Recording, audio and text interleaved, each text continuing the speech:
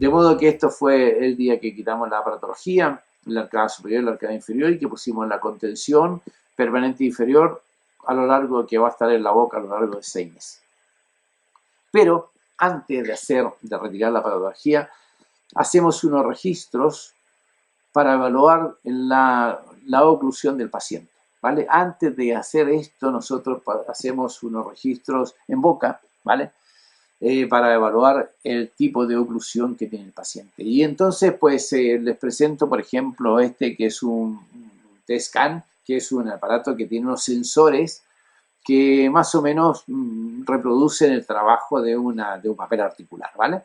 Yo le pongo al paciente un sensor y le pido que cierre, o yo manipulo la mandíbula del paciente y puedo detectar los contactos. No solamente puedo detectar los contactos, por ejemplo, en este caso el paciente tiene contacto solamente en la pieza número 17, 16, 15 y del otro lado no tiene ningún contacto y en la parte anterior tampoco. No solamente puedo detectar los contactos prematuros que pueda tener el paciente, sino que también la intensidad del contacto. Y esto es espectacular desde el punto de vista didáctico.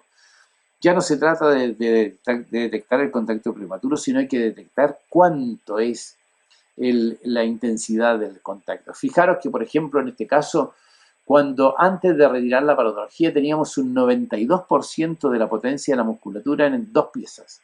92% en 2 piezas. Comprenderán ustedes que si un paciente cierra la boca en 2 piezas, pues es imposible que ese paciente tenga estabilidad. Es imposible que los propioceptores de esos molares no den alguna respuesta neuromuscular. Por lo tanto, va a haber un cambio de posición mandibular para que el paciente pueda distribuir su oclusión en más piezas y no en 2, ¿vale?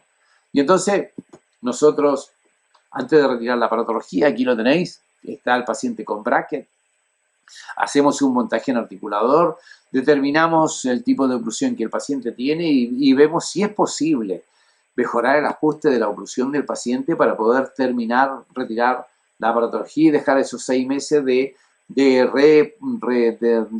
normalización del periodonto del paciente. De modo que montamos en articulador y evaluamos la oclusión del paciente en articulador. Hay desajustes, por supuesto que hay desajustes en este momento. Los medimos, somos capaces de medirlo con los aparatos que tenemos para detectar los diferentes posicionamientos mandibulares. Por ejemplo, en el cóndilo izquierdo de este paciente tenía una distracción de 2 milímetros y cuando le quitamos la aparatología tenía apenas 0,5 milímetros de distracción. Es decir, es fácil para nosotros poder medir el antes y el después a nivel condilar, a nivel de postura mandibular, para poder determinar si hemos mejorado el posicionamiento mandibular con el tratamiento de ortodoncia o lo hemos empeorado. Quiero decir, si la musculatura se va a comportar mejor o se va a comportar peor. De modo que hacemos nuestros registros, medimos nuestros montajes y podemos determinar si lo vamos a dejar como viable, si le vamos a retirar la aparatología o si necesitamos hacer alguna modificación mecánica. Hay que trabajar en los torques con barras palatinas, hacer intrusiones de molares o simplemente sacar la turbina y remodelar los segmentos posteriores para permitir un mejor asentamiento. Y observen, por ejemplo, este caso les decía, el paciente tenía 92% de su potencia muscular, de su oclusión en 2 piezas, solamente en 2 piezas, ¿de acuerdo? De modo que si yo dejo a este paciente en estas condiciones, pues va a durar 2 minutos en esa postura mandibular porque automáticamente va a haber un cambio de posición mandibular para evitar que el paciente sufra en estas 2 piezas la sobrecarga de la mandíbula. De modo que nosotros hacemos un retoque en el articulador, antes de retirar la aparatología, hacemos un retoque para ver si esa pequeña remodelación, observen que hemos desgastado los tubos que teníamos por la fase vestibular, de modo que mucha de esta parte corresponde solamente a la aparatología. Si nosotros eliminamos esto y comprobamos que cierra mejor, que ocluye mejor, pues entonces podemos darlo por terminado y dejar con algunos elementos de contención temporal que vaya sentando para luego hacerle los ajustes oclusales. Y podemos ver inmediatamente, una vez que hacemos esa modificación, cómo se comporta la musculatura, cómo se comporta la oclusión. Observen que solamente haciendo esas pequeñas remodelaciones ya distribuimos la oclusión en muchas piezas y va mejorando las condiciones de estabilidad, no solo de la dentición, también de la postura mandibular y también de la musculatura. Por lo tanto, el paciente va a tener un comportamiento muchísimo mejor en cuanto le hagamos esa pequeña modificación, ¿vale? Hemos eliminado brackets, hemos eliminado tubos de los modelos y entonces automáticamente eliminamos, distribuimos, repartimos, mejoramos la relación. No está del todo perfecta, pero mejoró muchísimo simplemente retocando parte de la aparatología, eliminando los tubos y los brackets. Por lo tanto, nos vamos a la boca del paciente, eliminamos los tubos, eliminamos los brackets, limpiamos, le hacemos una contención temporal inferior y le ponemos una placa de Jara superior o le ponemos una placa estampada de ese tipo Invisalign donde podemos hacer pequeños movimientos que planificamos con el laboratorio para hacer 2 o 3 placas y con eso terminar de la colocación de la dentición y mejorar la relación intermaxilar. De esa manera, digamos, damos de alta temporal al paciente, le hemos retirado la aparatología y lo mandamos a la calle con una oclusión relativamente estable, muy mejorada. No tiene nada que ver, por ejemplo, mandarlo a la calle con esta imagen que haberlo mandado a la calle con 2 contactos, con el 90% en 2 contactos. En cambio ahora el paciente está cómodo, está estable, no tiene problemas de postura mandibular y podrá estar en esa posición. De modo que cuando venga el paciente a lo largo del tiempo, hasta los 6 meses que le vayamos a hacer el desgaste selectivo final, pues este paciente va a estar en condiciones de estabilidad muy alta. Luego terminamos de ajustar la oclusión, retiramos la aparatología la aparatología que teníamos de contención y dejamos al paciente. Esto es así, salvo que el paciente tenga algún hábito, salvo que el paciente tenga algún hábito de interposición de la lengua o cualquier otra cosa que nos pueda desestabilizar. Pero desde el punto de vista de la oclusión, ya hemos terminado con la rehabilitación oclusal del paciente. Hemos empezado en una posición, hemos buscado la posición donde queremos empezar el tratamiento, pusimos a la mandíbula primero en una posición más cerca de lo normal y a esa mandíbula le pusimos los dientes correctamente. Esto es la filosofía del tratamiento, ¿vale? No es como moverle los dientes y decirle al paciente que se adapte, de ninguna manera, ¿vale? El paciente no se va a adaptar nunca, el paciente va a explotar a los 30 años, a los 40 años, va a tener problemas periodontales, va a tener desgastes de pieza, en fin, puede tener muchísimas cuestiones alrededor de un tratamiento de ortodoncia donde le decimos al paciente, adáptate a la posición de los dientes. No, yo creo, honestamente, que tenemos que buscar la posición mandibular y nosotros poner los dientes a esa posición mandibular lo más centrada posible, lo más estable posible, para que tenga un buen comportamiento muscular, para que tenga una buena calidad de masticación y mejorarle la calidad de vida al paciente y darle estabilidad. Como podéis apreciar, aquí el paciente ahora tiene una distribución de la fuerza bastante más homogénea, se ve en estas líneas rojas que tenemos aquí, que están más o menos centradas. Tenemos 57 y 42%, antes estábamos en el 90% de un lado. De todas maneras, toda la oclusión la tenemos mucho más adelante. Observen que prácticamente no tenemos contactos prematuros posteriores y hemos repartido la oclusión en toda la arcada. Tengo un pequeño exceso a nivel de la pieza número 22 que tendré que remodelar, retocar para que no me genere ningún conflicto, pero la oclusión ha mejorado considerablemente. Ya tenemos aquí algunos valores en verde que me están indicando que estoy en unos buenos tiempos de apertura y cierre y esto es muy favorable para la estabilidad del tratamiento. Como podéis ver, en esta hora de charla, de conversación, he querido más o menos contarles de qué manera hago el abordaje a los tratamientos ortodóncicos, intentando darle importancia a la posición mandibular, donde voy a colocarle los dientes al paciente, yo decido dónde le voy a colocar los dientes al paciente. No quiero colocarle los dientes al paciente y decirle al paciente, adáptate a esta posición dental, ¿vale? De esa manera, en los 25 años de tratamiento de ortodoncia que he realizado, con esta filosofía de trabajo, tengo un altísimo porcentaje de pacientes estables. Felizmente en mi consulta, en mi clínica, los pacientes vienen periódicamente a control, los pacientes bien tratados y también los pacientes mal tratados, que los hay. Por lo tanto, tengo un control de mi casuística buena, mediana y mala, ¿vale? Y de eso mismo he conseguido aprender muchísimo de mi manejo mecánico, de mi abordaje terapéutico, de mi diagnóstico y de mis evaluaciones finales, ¿vale? Mucho he aprendido de las evaluaciones finales, de cómo, no solamente de hacerle una radiografía panorámica al final del tratamiento, no solamente de hacerle una teleradiografía con su cefalometría al final del tratamiento, sino que también hacer controles permanentes, frecuentes de la oclusión del paciente para evaluar su comportamiento, su estabilidad y poder intentar mantener la oclusión del paciente lo más estable posible.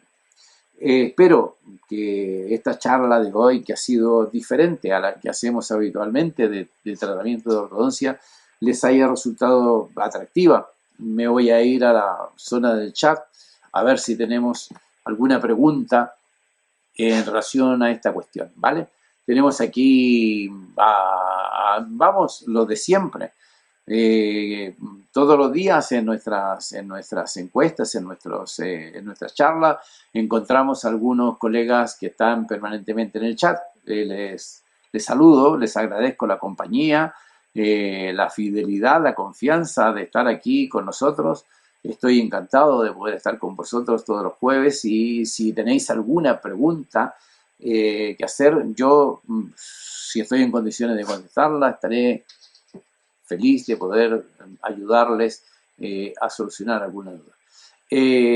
Tenemos, por ejemplo, aquí cada día veo menos con mis gafas. A ver qué me dicen. Tenemos un problema de conexión, tendremos que hablar con Julio porque esto no puede ser, es una lástima que tengamos este tipo de problemas. ¿Qué más tenemos? No sé si hay alguna pregunta, estimado colega. Si tenéis alguna duda, si tenéis alguna pregunta que hacerme, o se han dormido o no les ha gustado la charla. En cualquier caso, para mí ha sido un placer, como todos los jueves.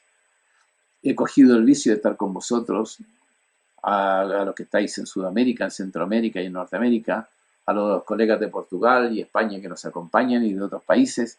Siempre tenemos alguna sorpresa en este canal. Siempre aparece alguien nuevo que llega desde otras latitudes a escucharnos, a vernos, a acompañarnos y para nosotros es un placer poder contar con vuestra compañía. En estos casos de exceso vertical posterior, si tuviera que hacer intrusiones de molares, ¿con qué tipo de patología? Bueno, obviamente, cada día tenemos más recursos para poder solucionar los problemas verticales posteriores, ¿no? Porque tenemos, por ejemplo, las mecánicas clásicas pueden hacer abordaje de los problemas verticales posteriores a través del uso, por ejemplo, de barras palatinas bajas a nivel de sexto, de séptimo, ¿vale?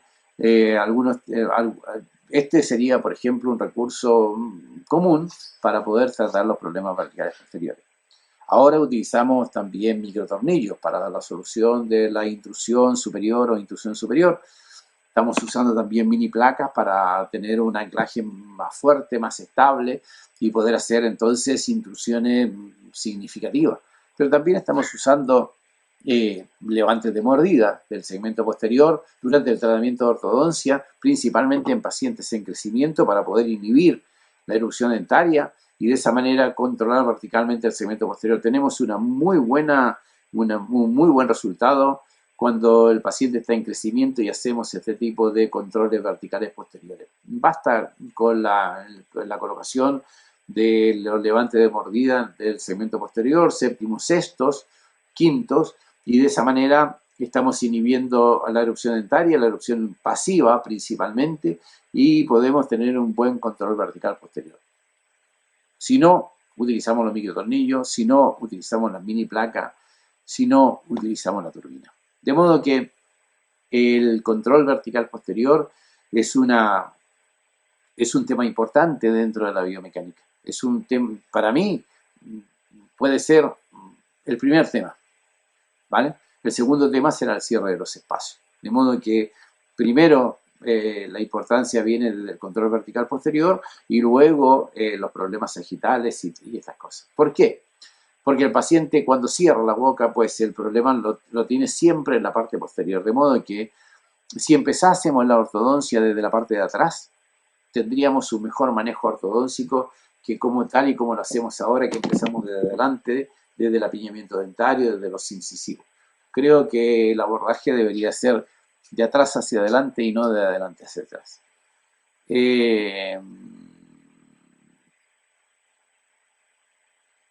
Bueno, pues le agradezco mucho al colega que me ha dicho que no tiene preguntas, pero siempre aprende mucho. Para mí es un placer. Yo también aprendo con vosotros cuando me hacéis preguntas. El solo hecho de preparar una charla para todos nosotros, entre los que me incluyo, me ayuda a crecer, me ayuda a aprender y por lo tanto es una gran ayuda para mí estar con vosotros los días jueves. En un adulto donde ya contamos con crecimiento, utiliza microtornillos, palatinios, sí. Cuando nosotros hacemos intrusiones de molares superiores, ¿vale? El hecho de poner un microtornillo vestibular siempre va a provocar un descontrol del torque de la arcada superior. Va a aumentar el torque positivo, no solamente va a intruir, sino que además va a generar un torque positivo exagerado en la arcada superior. Por tanto, es importante tener un control palatino para evitar el movimiento de pendular, digamos, del molar. Para poder hacer la intrusión de molar es imprescindible que tengamos control palatino y vestibular y de esa manera intruir controladamente en los segmentos posteriores. En la arcada inferior tenemos el problema que solamente podemos poner los tornillos vestibulares, de modo que tenemos que hacer algunos trucos mecánicos para poder compensar de alguna manera la expansión que produce la intrusión en los molares inferiores. Pero en los pacientes de adultos tenemos que trabajar con anclaje esquelético. ¿Alguna otra pregunta? ¿Alguien necesita que les aclare alguna cosa? Si no tenemos preguntas, me despido de vosotros. Ha sido un placer inmenso estar con ustedes. Les invito a que nos reunamos el próximo jueves en este canal de cirugía. Mi agradecimiento al doctor Olmes por la invitación de dejarme participar en este foro, en este espacio, donde nos reunimos todos los jueves y vamos creciendo. Todos los jueves somos unos más en otros lugares, en otros países, todos interesados, apasionados por el mismo objetivo, con las mismas ilusiones de darle solución a nuestros casos ortodónticos, ortopédicos y ortodóntico-quirúrgicos. Ha sido un placer. Les espero el próximo jueves. Estaré desde Portugal. Esta vez vamos a estar en Porto. Probablemente les invite a un colega, les traiga una sorpresa para que esté con nosotros. Un especialista, un colega muy amigo, un colaborador. Intentaré que el próximo jueves seamos 2 en esta charla para que hagamos de esto unas reuniones un poco más simpática, más divertida, menos pesada. Y ha sido un placer y me despido de todos vosotros. Que tengáis unas buenas noches. A los que están en Europa, buenas tardes. Sudamérica, Suramérica y buenas noches, Norteamérica. Ha sido un placer estar con vosotros y hasta el próximo jueves a las 22 horas en el canal de Cirugía Bucal. Un abrazo.